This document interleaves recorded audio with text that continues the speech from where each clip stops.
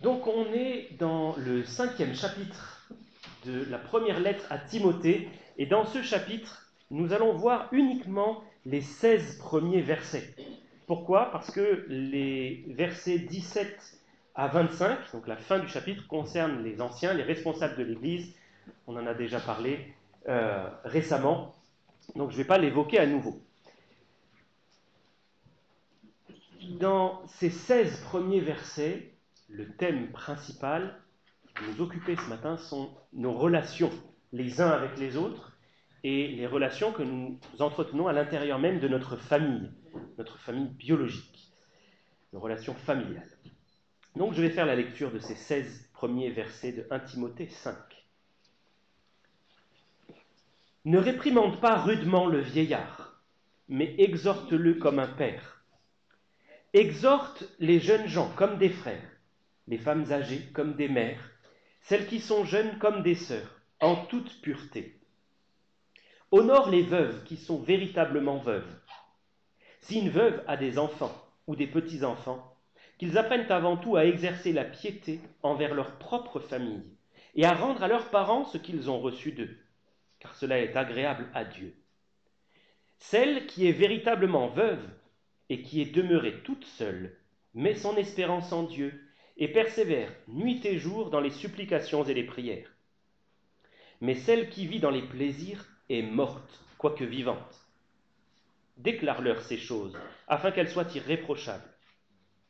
Si quelqu'un n'a pas soin des siens, et principalement de ceux de sa famille, il a renié la foi, et il est pire qu'un infidèle. Qu'une veuve, pour être inscrite sur le rôle, n'ait pas moins de 60 ans, qu'elle ait été femme d'un seul mari, qu'elle soit appliquée à toute bonne œuvre, ayant élevé des enfants, exercé l'hospitalité, lavé les pieds des saints, secouru les malheureux, pratiqué toute espèce de bonnes œuvres. Mais refuse les jeunes veuves, car lorsque la volupté les détache de Christ, elles veulent se marier et se rendent coupables en ce qu'elles violent leur premier engagement. Avec cela, étant oisives, elles apprennent à aller de maison en maison. Et non seulement elles sont oisives, mais encore causeuses et intrigantes, disant ce qu'il ne faut pas dire. Je veux donc que les jeunes se marient, qu'elles aient des enfants, qu'elles dirigent leur maison et qu'elles ne donnent à l'adversaire aucune occasion de médire, car déjà quelques-unes se sont détournées pour suivre Satan. Si quelque fidèle, homme ou femme, a des veuves, qu'il les assiste et que l'Église n'en soit point chargée, afin qu'elle puisse assister celles qui sont véritablement veuves. Voilà notre texte pour ce matin. Comme à notre habitude, on va voir d'abord quelques mots du contexte, et on verra dans un deuxième point nos relations dans l'Église. C'est ce dont il est question dans les 2 premiers versets surtout, mais pas seulement. Et dans un troisième point, nos relations familiales. Alors bien sûr, on ne va pas pouvoir tout dire sur ce sujet, et de très très loin. C'est tellement vaste qu'il nous faudrait plusieurs heures pour pouvoir tout évoquer, mais on va essayer de l'évoquer selon l'angle que notre passage aborde. Et le texte qu'on a lu, évidemment, n'aborde pas tout non plus, mais si on replace les choses dans leur contexte, on va se rappeler que l'apôtre Paul a écrit à Timothée cette lettre pour lui donner quelques conseils et quelques encouragements. L'apôtre Paul est reparti dans ses voyages et il a laissé Timothée tout seul dans l'église d'Éphèse pour qu'il mette en ordre un certain nombre de choses. On a déjà vu qu'il y avait des problèmes dans l'enseignement qui n'était pas correct, conforme à la Bible, et Timothée devait régler cela. Il devait aussi nommer des responsables dans l'Église. Et on comprend en lisant le texte d'aujourd'hui qu'il y avait probablement quelques difficultés relationnelles au sein de l'Église, entre les membres, ce qui pousse l'apôtre Paul à donner des conseils à Timothée pour dire voilà comment tu dois te comporter avec chacun des membres, et pour que les membres de l'Église puissent prendre exemple sur lui. Mais il y avait aussi certainement des problèmes relationnels à l'intérieur même des familles, qui pouvaient parfois être composés de chrétiens et de non-chrétiens.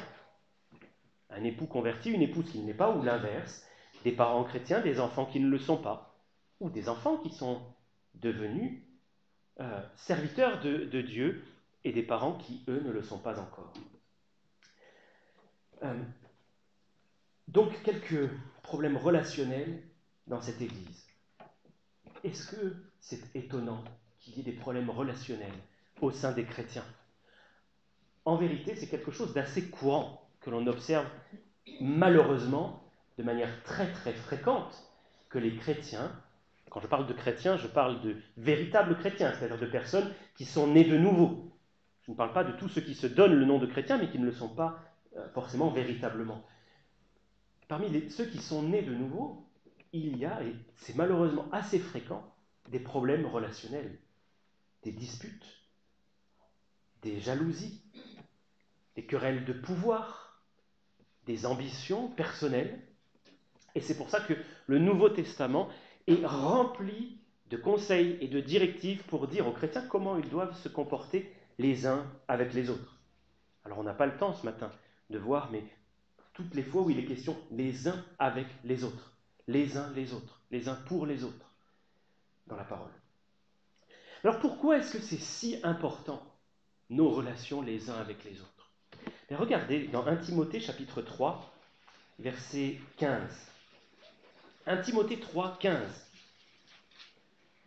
L'apôtre Paul écrit « Si je tarde, tu sauras comment il faut se conduire dans la maison de Dieu, qui est l'église du Dieu vivant, la colonne et l'appui de la vérité. » C'est important nos relations parce que dans l'église, nous allons donner un témoignage à ceux qui ne connaissent pas encore le Seigneur de comment fonctionne le peuple de Dieu, comment fonctionne la famille de Jésus-Christ. C'est par l'église que le témoignage, que la lumière brille dans ce monde. Nous sommes là pour porter haut la vérité comme une colonne, pour être un appui ferme aussi de cette vérité. Et s'il y a entre nous des problèmes relationnels, eh bien nous ne brillons pas de la lumière que voudrait le Seigneur. Au contraire, nous donnons un témoignage qui est confus, peut-être même un contre-témoignage. Au lieu de donner envie, peut-être que nous repoussons par nos mauvaises relations les uns avec les autres. Donc c'est pour ça que nos relations les uns avec les autres sont très importantes, parce qu'elles vont montrer au monde comment fonctionne la famille de Jésus. Alors, vous savez, certains chrétiens ne vont jamais se disputer avec les autres. Vous savez pourquoi? Parce qu'ils ne passent simplement pas assez de temps avec les autres pour avoir l'occasion de se disputer avec eux. 1h30 le dimanche matin, ça ne donne pas l'occasion de se disputer avec qui que ce soit. Ou alors il faut vraiment le vouloir. Alors c'est sûr que ça évite un certain nombre de problèmes. D'arriver à 10h, de repartir à 11h30, 11h45, et de n'avoir aucune relation avec les chrétiens de son église pendant tout le reste de la semaine. Ça évite de se disputer avec ceux qu'on ne voit pas et avec qui on n'entretient pas de relation. Mais si on a ce genre de relation, ou d'absence de relation finalement, avec les frères et les sœurs que le Seigneur nous a donnés, on a un problème. On a un problème, on se trompe lourdement sur ce qu'est l'Église. Regardez dans notre texte les consignes que l'apôtre Paul donne à Timothée, versets 1 et 2. Ne réprimande pas rudement le vieillard, mais exhorte-le comme un père. Exhorte les jeunes gens, les jeunes hommes, comme des frères, les femmes âgées comme des mères, celles qui sont jeunes comme des sœurs, en toute pureté. Autrement dit, il est question d'avoir entre nous dans l'Église des relations familiales. Alors, vous allez peut-être me dire, oui, mais il y a famille et famille. J'ai une famille biologique, je suis très proche de ma famille biologique, mais c'est quand même pas la même chose dans l'Église. On ne partage pas le même sang, les mêmes liens. C'est vrai que la Bible fait une différence entre la famille biologique, nos parents, nos enfants, nos frères, nos sœurs, et la famille spirituelle. Ça n'est pas la même chose. Mais ça n'est pas pour cela que nos relations doivent être moins fortes. Regardez dans Jean chapitre 1. Jean chapitre 1, le verset 12.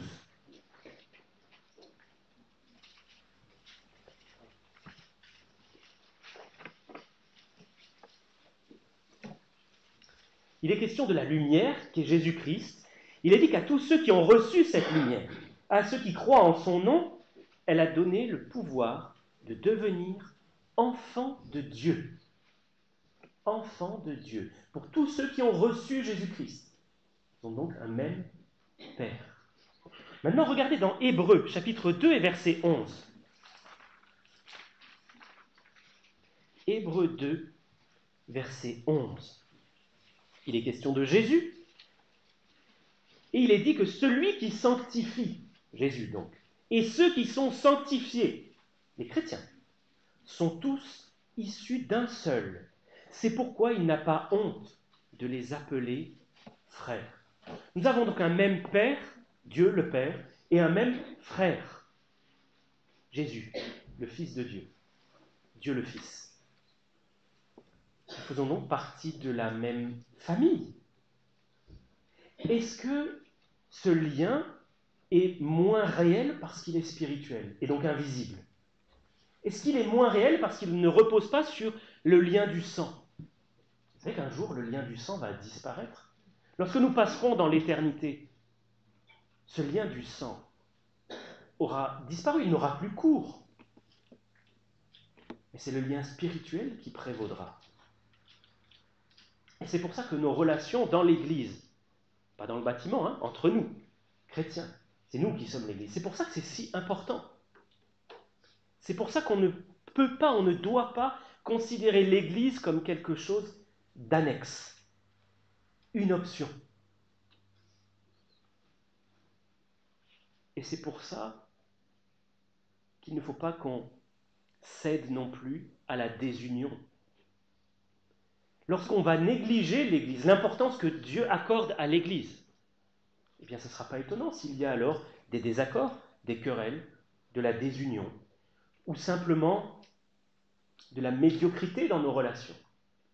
Des relations que l'on pourrait qualifier de molles, ternes ou fades, alors que nous sommes appelés à avoir les uns pour les autres un amour ardent, un amour qui brûle. Comment est-ce qu'on peut aimer ardemment son frère ou sa sœur sans le fréquenter? C'est simplement pas possible. Absolument impossible. Et s'il y a entre nous des problèmes relationnels, des querelles, des disputes, de la jalousie, de l'envie, on pourrait faire la liste comme ça va poser deux problèmes, au moins deux problèmes. Le premier, c'est qu'on va se faire mal les uns aux autres. Regardez dans Galates chapitre 5, verset 15. Galates 5, 15. C'est écrit que si vous vous mordez et vous vous dévorez les uns les autres, prenez garde alors que vous ne soyez détruits les uns par les autres. Il est question de la liberté dans ce passage. Oui, je suis libre d'agir comme je le veux. Vis-à-vis de mon frère, vis-à-vis de ma sœur, oui, je suis libre. Mais je ne dois pas faire de cette liberté un prétexte pour les négliger. Et je ne dois pas faire de cette liberté un prétexte pour cacher des actions méchantes. Et je dois prendre garde à ne pas mordre mon frère ou ma sœur, sous peine que nous soyons détruits. Vous vous rendez compte à quel point c'est fort? On le verra tout à l'heure, Timothée est dans l'église d'Éphèse. On fera tout à l'heure une brève revue de l'histoire de cette église d'Éphèse pour nous montrer où peuvent mener les problèmes relationnels. Et si donc on a de mauvaises relations les uns avec les autres, on va rendre notre propre vie spirituelle difficile, pénible, décourageante. Ça, c'est le premier problème. Le deuxième problème, qui découle du premier et qui est plus grand encore, c'est qu'on va ruiner notre témoignage. C'est-à-dire qu'au lieu de donner une image brillante, saine, sainte, pure du Seigneur, on va donner une image terne, fade, voire carrément sombre et mauvaise. Au lieu d'être attirés par notre témoignage, ceux qui ne croient pas seront même repoussés. Regardez, s'il vous plaît, dans 1 Jean, chapitre 4, versets 20 et 21. 1 Jean 4, versets 20 et 21.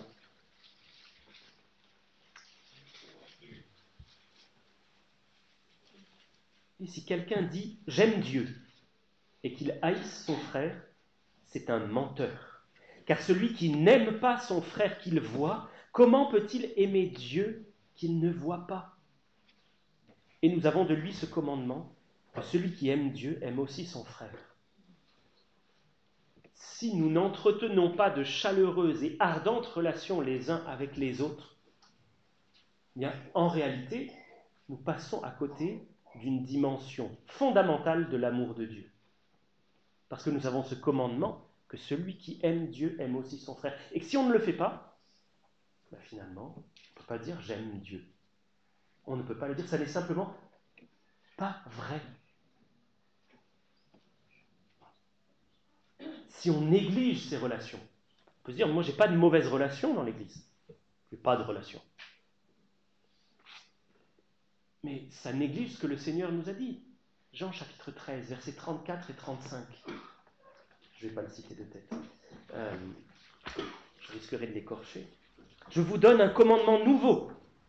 Aimez-vous les uns les autres. Comme je vous ai aimé, vous aussi, aimez-vous les uns les autres. À ceux-ci, tous connaîtront que vous êtes mes disciples, si vous avez de l'amour les uns pour les autres. Comment montrer au monde l'amour du Seigneur si on ne se fréquente pas? Ça ne marche pas. Alors c'est vrai qu'entretenir de bonnes relations avec ses frères et sœurs, quand on commence à les fréquenter de manière assidue, ça peut représenter un défi. Parce que fréquenter quelqu'un, entrer dans sa vie quelque part, si l'on peut dire, c'est aussi avoir une vue un peu plus étendue sur son caractère, et donc sur ses défauts. C'est laisser aussi à cette personne une vue plus étendue de notre caractère et de nos propres défauts. Quelqu'un a dit que dans l'Église, nos relations, ce sont des bénédictions compliquées. Et ça n'est pas totalement faux. Oui, ça peut parfois être compliqué. On est appelé des fois à se supporter les uns les autres. Et se supporter, c'est pas que apporter du support, c'est supporter l'autre. C'est vrai. C'est possible d'avoir des difficultés. Ça serait même pas étonnant. Mais c'est pas pour autant qu'on doit le négliger. Parce que si on cherche toujours la voie de la facilité, on va nulle part en fait. On ne progresse pas. On reste dans la médiocrité spirituelle. Alors, il est difficile, par manque de temps, de s'étendre beaucoup sur nos relations. Il faudrait aborder énormément de choses. Mais je voudrais quand même nous donner quelques conseils qu'on trouve dans Éphésiens 4, versets 25 à 32. Éphésiens 4, versets 35 à 32. Quelques conseils pour bien gérer nos relations, les uns envers les autres.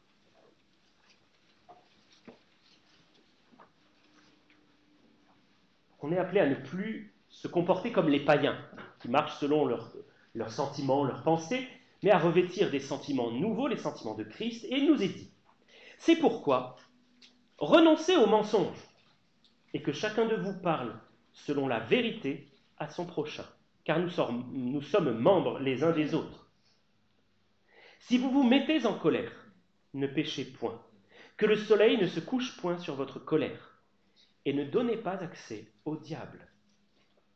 Que celui qui dérobait ne dérobe plus, mais plutôt qu'il travaille en faisant de ses mains ce qui est bien, pour avoir de quoi donner à celui qui est dans le besoin. Qu'il ne sorte de votre bouche aucune parole mauvaise, mais s'il y a lieu, quelques bonnes paroles, qui servent à l'édification et communiquent une grâce à ceux qui l'entendent. N'attristez pas le Saint-Esprit de Dieu, par lequel vous avez été scellés pour le jour de la rédemption. Que toute amertume, toute animosité, toute colère, toute clameur, toute calomnie, toute espèce de méchanceté disparaissent du milieu de vous. Soyez bons les uns envers les autres, compatissants, vous pardonnant réciproquement, comme Dieu vous a pardonné. Donc il y a quelques conseils à mettre en pratique, positifs. Dans ce sens, ce sont des ordres, des choses à faire. Renonçant au mensonge et parler selon la vérité. Et s'il nous arrive de nous mettre en colère, ne péchons point, ne nous endurcissons pas dans cette colère. Allons demander pardon à l'autre que nous pourrions avoir blessé par notre colère. Notez que rester dans la colère, qu'est-ce que ça produit? Ça donne accès au diable. ça donne accès au diable. Ne plus voler, quelle que soit la nature de ce vol, mais plutôt travailler pour faire du bien à son prochain. Faire attention aux paroles de notre bouche. Notez que de mauvaises relations entre chrétiens attristent le Saint-Esprit. Ça attriste le Saint-Esprit. Pour être rempli du Saint-Esprit, veillons aussi sur nos relations les uns avec les autres. Parce que le Saint-Esprit est celui qui nous lie les uns aux autres. Et ne pas vouloir avoir de bonnes relations ou persister dans de mauvaises relations, ça attriste le Saint-Esprit. Et le pardon. Le pardon. Accordons-nous en abondance le pardon les uns aux autres. Lorsque nous avons pu être blessés par quelqu'un, pardonnons. Même si la personne n'est pas venue nous demander pardon. Faisons preuve de grâce, parce que le Seigneur, lui, n'a pas attendu qu'on vienne lui demander pardon pour faire offrande de son propre corps, pour nous sauver. Alors, je voudrais quand même faire une petite précision, parce qu'on parle de liens familiaux les uns avec les autres. Mais il y en a peut-être parmi nous pour qui la famille, ça n'est pas forcément quelque chose de très très positif. Il y en a peut-être parmi nous pour qui la famille, ça évoque plutôt des souffrances et des douleurs, plutôt que des choses fortes et positives. Il peut y avoir eu de la violence, des disputes, de la jalousie, mais quand Dieu évoque la famille, c'est dans un sens positif. Les relations que Dieu a voulues dans la famille sont positives, nourries par l'amour, par la bienveillance, par la bonté. Aussi, je voudrais encourager celui ou celle qui a pu avoir une expérience négative, voire traumatisante même de la famille, à ne pas rester sur cette image-là, mais à saisir que la famille de Dieu est une famille qui s'aime. Dieu veut de telles relations. Songez aussi que le frère, la sœur qui est assis ou assise à côté de vous ce matin sera à vos côtés pour l'éternité. Alors, là, d'ici 20 minutes, on vient, aïe. Mais après, c'est pour l'éternité. Pour l'éternité. Dans notre texte, il y a quelque chose qui prend une large part aussi ce matin, c'est de prendre soin des veuves. Cela fait partie aussi des relations que nous sommes censés avoir les uns avec les autres. Pourquoi spécifiquement des veuves? Parce que dans la société de l'époque, c'était les personnes les plus vulnérables. Personnes qui avaient un accès très très difficile à un emploi et qui étaient donc vouées à la pauvreté, bien souvent. Au verset 9, il est écrit qu'une veuve, pour être inscrite sur le roll, alors le roll c'est un parchemin, c'est un autre nom pour un parchemin, sur lequel on écrivait la liste des personnes qui avaient le droit à l'aide de l'Église. Donc il y avait une liste de personnes, même que nous on tient un registre des membres dans cette Église, il y avait aussi une liste des personnes qui avaient le droit de bénéficier de l'aide financière de l'Église. Et l'apôtre Paul donne un certain nombre de critères pour pouvoir accorder sagement cette aide financière, pour que l'argent du Seigneur ne soit pas gaspillé. Et dans ces relations familiales que nous avons les uns avec les autres, il est question donc de prendre soin des vulnérables. Pas seulement de leur apporter du réconfort spirituel, mais aussi d'une manière tout à fait pratique, financière, matérielle. Venir en aide à celui qui est dans une situation vulnérable, délicate. Donc, il y a ces critères pour éviter les abus, les profiteurs. Notamment dans le texte, il est question de l'âge. Si la personne a une capacité à travailler, bien là, il travaillait.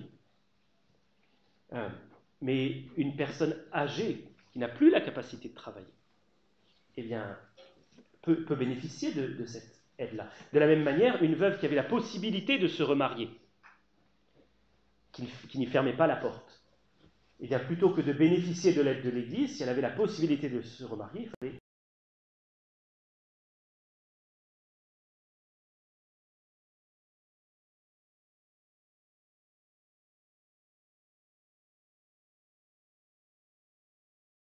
le Seigneur, de telle sorte que ça soit connu de l'Église, connu de tous, qu'elle ait pris soin des gens. Quand il est question d'avoir lavé les pieds des saints, c'est-à-dire d'avoir pris soin des gens. Pourquoi est-ce qu'il y a ce principe de piété? Parce que l'argent de l'Église, c'est l'argent qui est consacré à Dieu par nous. Ce sont les frères et les sœurs dans l'Église qui décident de donner de l'argent pour Dieu. C'est l'argent consacré. Et cet argent est réservé aux personnes consacrées. Pour ne pas qu'il soit gaspillé, dilapidé, utilisé d'une mauvaise manière. Mais il est question, dans ce passage sur les veuves, de relations familiales au sens biologique du terme. Si vous avez remarqué, au verset 4, il est écrit que si une veuve a des enfants ou des petits-enfants, qu'ils apprennent avant tout à exercer la piété envers leur propre famille, biologique donc, et à rendre à leurs parents ce qu'ils ont reçu d'eux. Notez aussi le verset 8. Si quelqu'un n'a pas soin des siens, et principalement de ceux de sa famille, il a renié la foi, et il est pire qu'un infidèle. C'est à nous, chrétiens, que cela s'adresse. Ce passage-là n'a pas été écrit pour des gens qui ne croient pas. Il est écrit à des personnes qui font profession de servir Dieu, qui disent connaître Jésus. Et si vous n'avez pas soin de votre famille, vous avez complètement renié la foi. Complètement renié la foi. Vous ne pouvez pas prétendre être un véritable chrétien.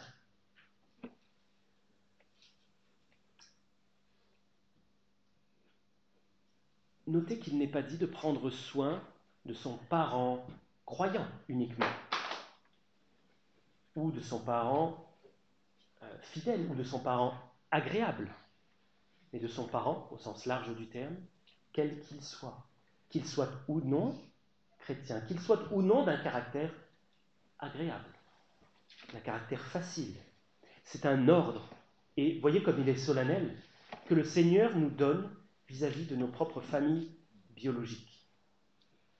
Que les enfants veillent sur leurs parents lorsque ceux-ci sont arrivés à un âge où cela devient nécessaire. Regardez dans Exode, chapitre 20, verset 12. Exode, chapitre 20, verset 12.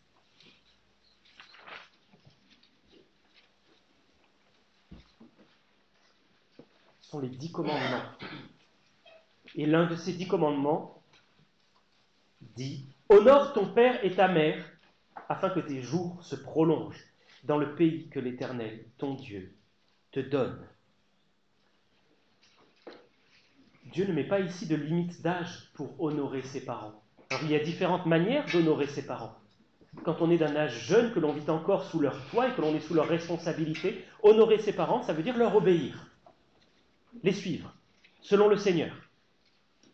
Quand on est d'un âge plus mûr, que l'on ne vit plus sous leur toit, c'est les respecter, respecter leurs avis, leur montrer de la déférence, et c'est aussi prendre soin d'eux, matériellement, physiquement, spirituellement, lorsqu'ils en ont besoin.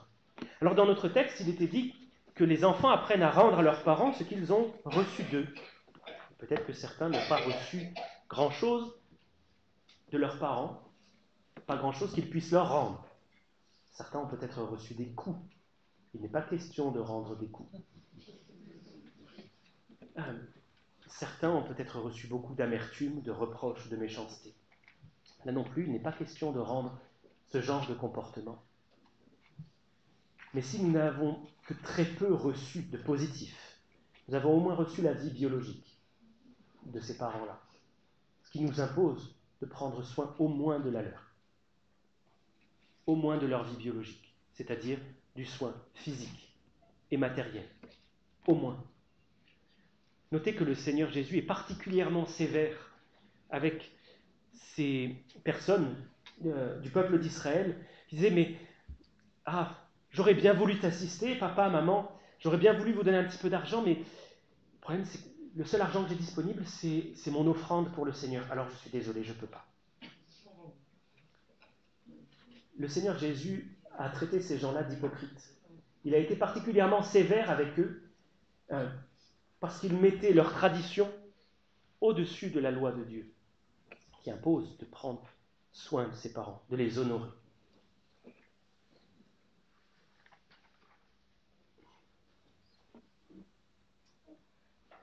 Pour ceux qui auraient reçu de la part de leurs parents, d'un parent ou des deux, de mauvais traitements, je voudrais adresser un encouragement ce matin.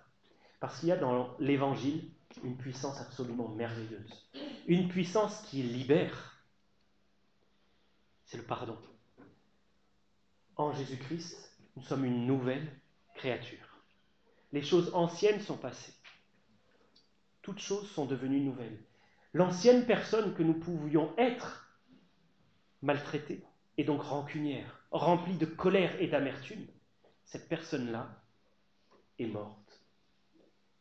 Et en Jésus-Christ, nous avons une vie nouvelle, une personnalité nouvelle, capable, elle, d'aimer, malgré les mauvais traitements. Le Seigneur Jésus ne nous a-t-il pas dit « Aimez vos ennemis, bénissez ceux qui vous maltraitent, qui vous haïssent et qui vous persécutent ».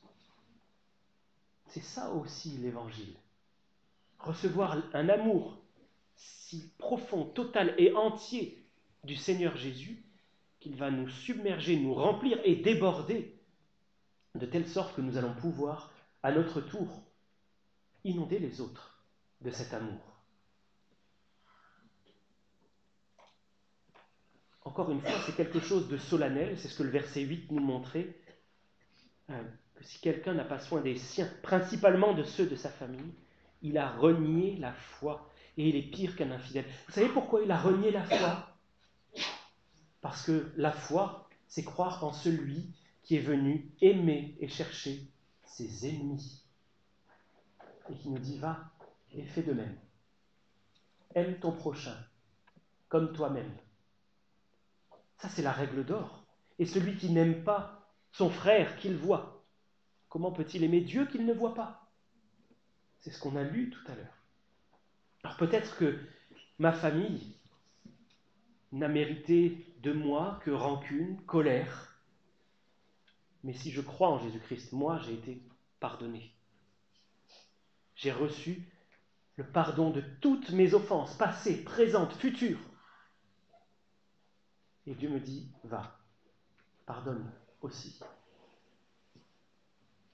Parce que refuser de faire cela, c'est renier l'œuvre même du Seigneur que l'on prétend avoir reçue. Et en faisant cela, en cherchant à bénir, même ceux qui ne l'ont pas mérité, qui peut dire qu'il l'a mérité d'être béni ? En faisant du bien, même à ceux qui nous ont maltraités, qui peut-être nous maltraitent encore, eh bien, c'est là que nous rendrons un témoignage visible et brillant de l'Évangile. C'est là qu'on va rendre Jésus visible pour les autres, pour ceux qui ne peuvent pas le voir. Alors, je veux juste terminer en faisant une très brève revue de l'histoire de l'église d'Éphèse. On ne sait pas exactement quand est-ce qu'elle a été fondée, cette église. C'est qu'elle a très probablement été fondée par l'apôtre Paul, et qu'elle a reçu plusieurs enseignements, notamment l'épître aux Éphésiens. Alors on va regarder dans Éphésiens 3, très rapidement. Éphésiens chapitre 3.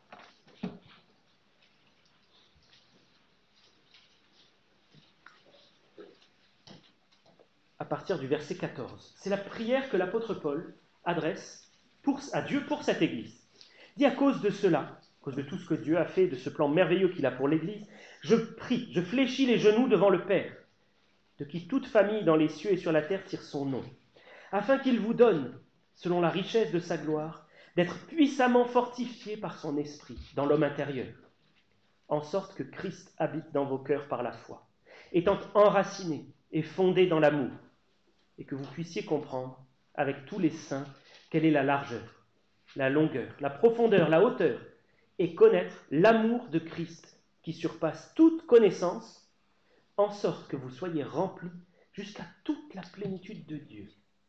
Ça, c'est la prière que Paul adresse à Dieu pour cette Église, qu'ils connaissent l'amour de Christ de telle sorte qu'ils en soient remplis. C'est quelque chose d'inimaginable, de difficilement concevable, mais Dieu peut le faire. Cette Église a été exhortée à connaître l'amour, à chercher à connaître cet amour de Christ.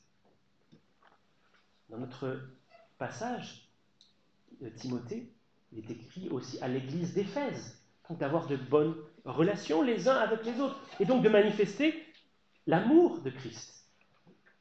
Et maintenant, regardons dans Apocalypse, dans le livre de l'Apocalypse, au chapitre 2,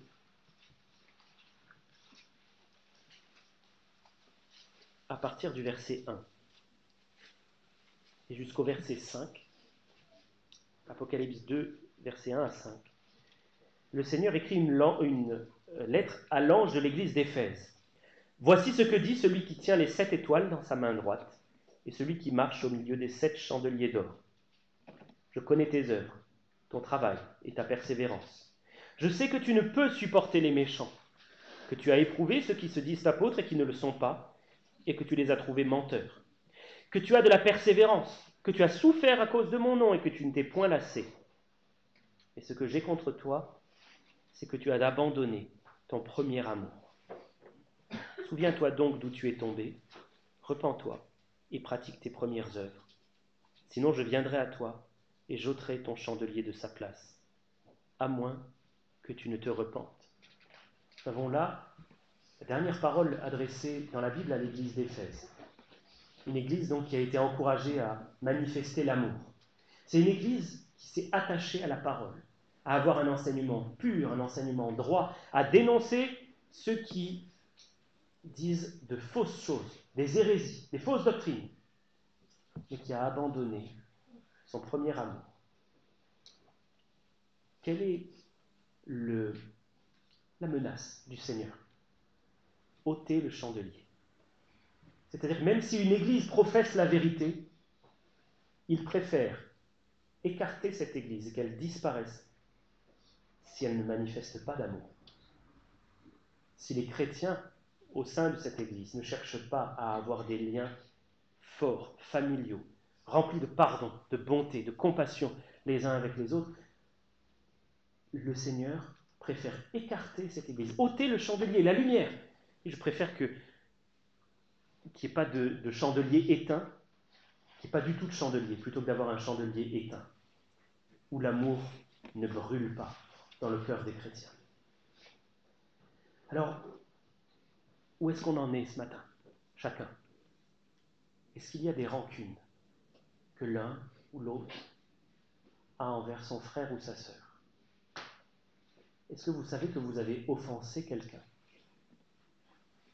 Qui que ce soit, un chrétien ou un non-chrétien. Une personne à qui vous devriez demander pardon. Est-ce que vos relations sont bonnes avec tout le monde? Est-ce que, autant que cela dépend de vous, vous êtes en paix avec tous les hommes, comme dit la parole?